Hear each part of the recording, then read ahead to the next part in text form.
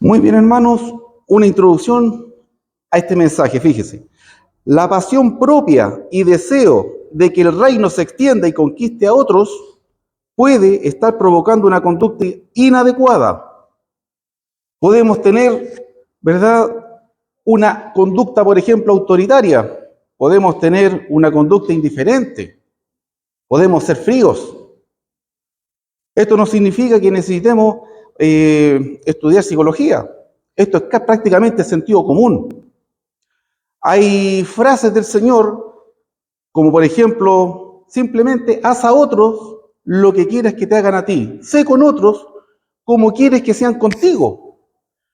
No se necesita ser psicólogo, ¿no es cierto? Ni tener un máster para entender eso, para aplicar eso. ¿Por qué entonces no lo aplicamos con frecuencia o no vemos que sea una práctica recurrente? Porque cuesta, porque es un proceso.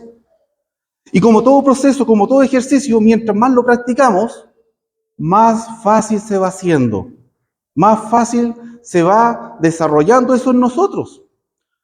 ¿Usted cree que el que levanta 100 o 150 kilos en el gimnasio llegó levantando eso el primer día? No, pues, tuvo que desarrollar esa musculatura. Lo mismo los velocistas, los nadadores, cualquier deporte. Las personas con habilidades que ahora pueden ser doctores en matemáticas, en física, se tuvieron que formar. Los grandes médicos, cirujanos, son años de experiencia.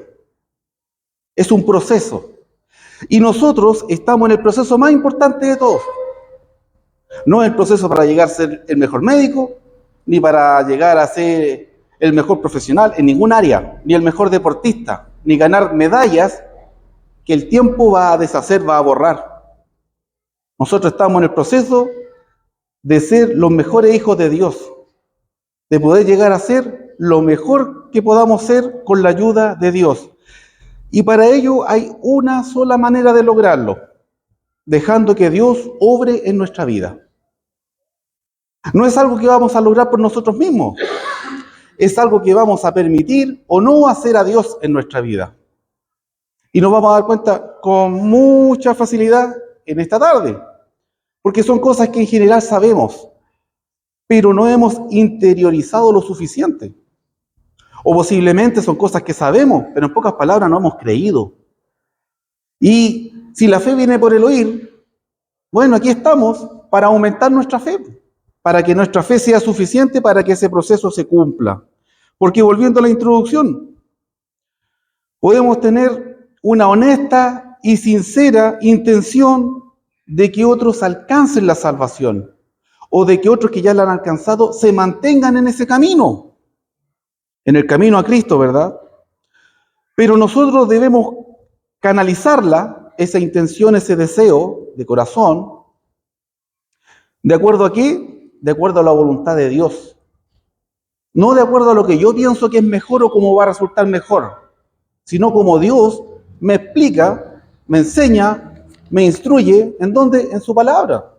Si no tenemos que ser adivinos. Pero eso nos exige a ser conocedores de la voluntad para empezar. No podemos practicar algo que ignoramos. Es verdad que no es suficiente con entender, con leer, con estudiar, con ser entendido, pero es imposible practicar algo que no entendemos. Por eso es que Dios reveló su voluntad.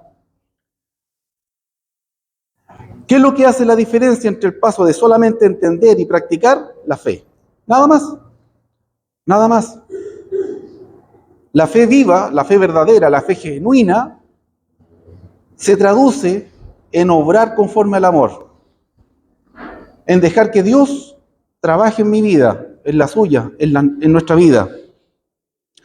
Entonces, debemos canalizar ese deseo sincero de que otros conozcan al Señor o sigan firmes en el Señor de acuerdo a lo que es su voluntad. Si realmente esperamos recibir el respaldo divino. Porque si yo voy a hacer las cosas de acuerdo a mi parecer o mi voluntad, simplemente voy a recibir los resultados de acuerdo a qué? A mi sabiduría, a mis capacidades. Y créame, no van a ser ni sombra de los que podemos alcanzar confiando en el Señor. Ni sombra. Si queremos obtener los mejores resultados del Señor, tenemos que hacer las cosas de acuerdo al Señor. Y hoy vamos a ver dos formas básicas de cómo canalizar este deseo, siendo quizás un líder en la iglesia en cualquier sentido de la palabra. Porque de repente decimos, no, el líder es el que manda. Sabemos que eso es una mentira porque Cristo lo niega. El líder en su reino no es el que manda, vamos a verlo. No es el que se impone. Ese es un liderazgo diabólico del mundo. No es el liderazgo escritural. Y para cimentar la base de esto, vamos a ver 3 versículos solamente a modo de cimentar. Solo a modo de cimentar. Si gustan, me van siguiendo. Fíjese, Mateo 1:21. Mateo 1:21. En Mateo 1:21 tenemos, ¿no es cierto?, una revelación del ángel hablando con José. Bien. Y fíjese lo que le dice el ángel a José. Y darás a luz un hijo y llamarás su nombre Jesús, porque él salvará a su pueblo de sus pecados. ¿Quién va a salvar a aquel pueblo de sus pecados? Jesús. ¿Por qué? Bueno, según la palabra, porque es un pueblo que pertenece a él. Dice, él va a salvar no a cualquier pueblo, va a salvar a su pueblo, al pueblo que le pertenece. ¿Ya? Primer punto, ese pueblo pertenece a Dios. Ese pueblo lo conocemos con un nombre. Nos podemos adelantar en el mismo libro de Mateo, al capítulo 16. Lo conocemos por la confesión de Pedro. ¿Bien? Y en el versículo, vamos a ser muy específico, 18, a lo que Pedro respondió, Jesús reacciona. Mateo 16:18. Y yo también te digo que tú eres Pedro, y sobre esta roca edificaré mi iglesia, y las puertas del Hades no prevalecerán contra ella. Cristo nos dijo, voy a edificar la iglesia, tu iglesia, nuestra iglesia. No, voy a edificar mi iglesia. Ese pueblo es la iglesia, porque es el único pueblo que va a ser librado de sus pecados. No hay mucho que analizar. Y para confirmar y terminar lo que es la cimentación, vamos a ir al libro de Hechos, en el capítulo 20, versículo 28. Hechos 20:28. Aquí hablando el apóstol Pablo.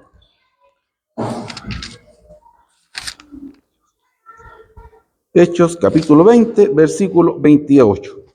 Y aquí después de un discurso que viene del versículo 1, una despedida de Pablo, ¿no es cierto?, la iglesia en Mileto, etcétera, etcétera, llegamos a esta parte en donde Pablo se está despidiendo porque nunca más lo van a volver a ver.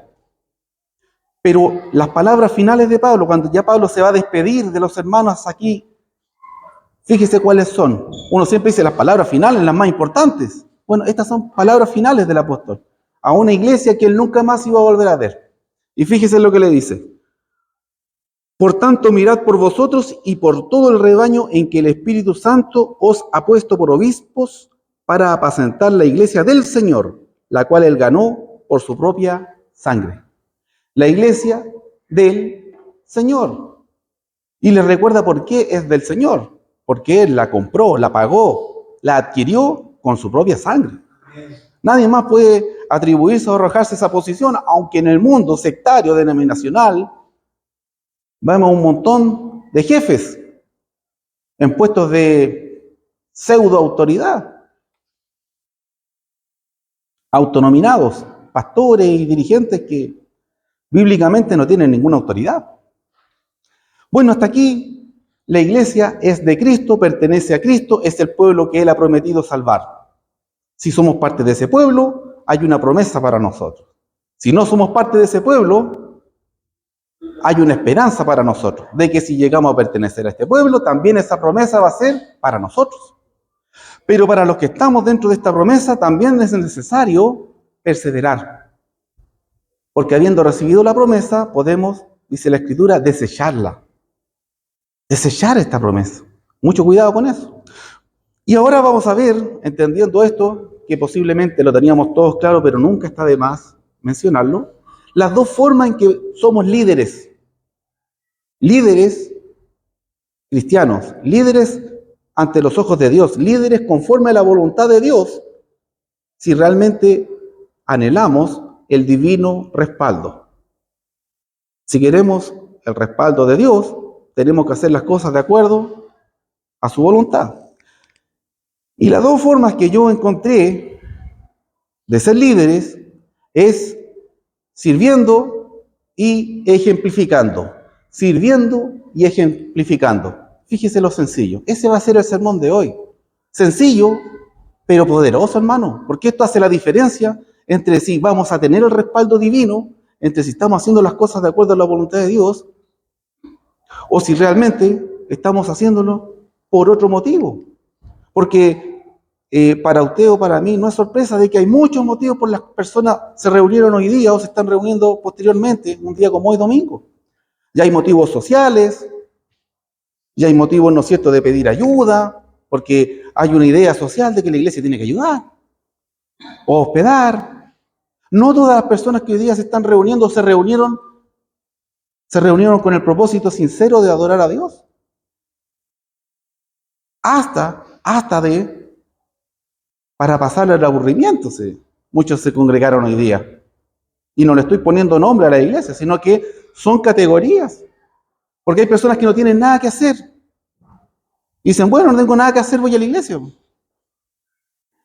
Bien.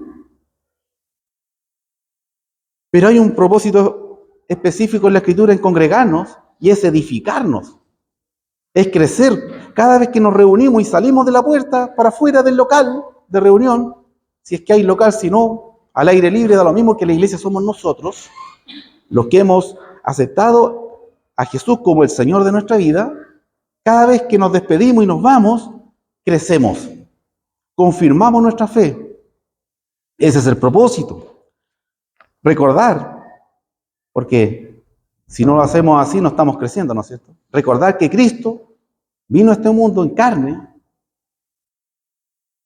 y hizo una obra redentora por nosotros. Es lo que hacemos en cada cena, como le llamamos la cena del Señor, por voluntad del mismo. Haced esto en memoria de mí. Y si no lo hacemos, entonces no lo estamos recordando. Vamos a ir con el primer ejemplo, que es sirviendo a Dios. La primera forma en que lideramos es sirviendo. Esto no lo va a entender ni un rey, ni lo va a entender un jefe, ni lo va a entender un ministro. No lo va a entender. Personas del mundo no lo van a entender, porque son cosas espirituales y se van a discernir de forma espiritual. Y vamos a ver dos pasajes de Mateo que nos van a dar este ejemplo. Vamos a volver a Mateo, ya habíamos estado en Mateo. Mateo 18, vamos a ver los primeros 5 versículos. Mateo capítulo 18. Los primeros 5 versículos. Ponga mucha atención, por favor. Dice la palabra: en aquel tiempo los discípulos vinieron a Jesús diciendo, ¿quién es el mayor en el reino de los cielos? Hay algo innato en nuestra humanidad: competir, ganar, ser el mejor. Tenemos eso innato como seres humanos. Y aquí estaban compitiendo por ser el mayor en el grupo ahí, más cercano al maestro, al Señor Jesús. Y llamando Jesús a un niño, lo puso en medio de ellos. Cristo es el ejemplo. Esa es la clave en todo esto. Cristo se humilló a lo sumo, en extremo. ¿Para qué vamos a ir a Filipenses capítulo 2? A lo sumo. Entonces nos deja ejemplo para seguir sus pisadas, como dice el apóstol Pedro. Nos dejó ejemplo para seguir sus pisadas. Fíjese que nada de lo que enseña Jesús primero no lo practicó. Él primero practicó todo lo que enseñaba, todo. Porque hablar es fácil, pero Él vino en un cuerpo humano como el nuestro a enseñarnos. O si no, sería fácil decir, no, pero es que a Dios, desde el cielo, allá en su trono, es fácil decirnos que hagamos las cosas. No, Él vino a enseñarnos, ¿no es cierto?, a servir, a humillarse. Él se humilló a lo sumo. Fíjese, ¿qué hacemos cuando nos sentimos ofendidos o humillados? Reaccionamos. Sale esa carnalidad. Mientras no matemos esa carnalidad, hermano, no vamos a ser el mayor en el reino. Primera clave, matar esa carnalidad. ¿La vamos a matar a la primera? No, ni a la segunda, no. Pero ¿sabe? El ejercicio va a ir haciéndonos perfectos en Cristo. Si ponemos nuestro deseo honesto de ir en esa dirección, cada vez vamos a tener mejores resultados porque estamos haciendo la voluntad de Dios. En Cristo estamos haciendo eso. No es fácil, no es fácil. De hecho, es una reacción natural defenderse, contestar, si uno se siente pasado a llevar. Pero es que eso es el mundo. Y nosotros venimos del mundo, imperfecto, caído, hacia el reino de los cielos, que es una restauración. ¿Para qué? Para llegar a la imagen perfecta de Dios. Esa imagen caída. Entonces, claro, tenemos que vencer y superar eso. En la medida que vamos intencionalmente esforzándonos en eso, lo vamos a lograr. En Cristo. En Cristo. Y en el mismo Mateo, mire, vamos a ir al Mateo 20, 25. Estamos en el 18, vamos a ir al capítulo 20, versículo 25. Esta es la petición de los hermanos, ¿no es cierto?, que provocó un enojo entre los otros apóstoles. Usted puede leer del versículo 1 para entender aún mejor el contexto. Mateo capítulo 20, versículo 25. Yo voy a ir a la respuesta del Señor. Cuando da respuesta a esta situación que ellos estaban pensando humanamente, como personas del mundo. Y bueno, y claro, eran discípulos de formación, como quizá algunos de nosotros. Y dice el Señor, entonces Jesús llamándolos dijo, ¿sabéis que los gobernantes de las naciones se enseñorean de ellas? Y los que son grandes ejercen sobre ella potestad. Mas entre vosotros no será así, sino que el que quiera hacerse grande entre vosotros sea vuestro servidor. ¿Quieres ser grande en el reino? Sirve. Y no sirva esperando felicitaciones o reconocimiento te manifiesten. Que bien lo que haces. Lo más probable es que te critiquen. Porque naturaleza humana, carnal, caída. Siempre pensemos en eso, una naturaleza caída. Versículo siguiente. El que quiera ser el primero entre vosotros será vuestro siervo, como el Hijo del Hombre no vino para ser servido, sino para servir y para dar su vida en rescate por muchos. Cristo no vino para servir, Cristo no vino para ser servido, dice. Él lo dice, yo no vine para ser servido. ¿Cómo podemos pretender nosotros que necesitamos o merecemos serlo?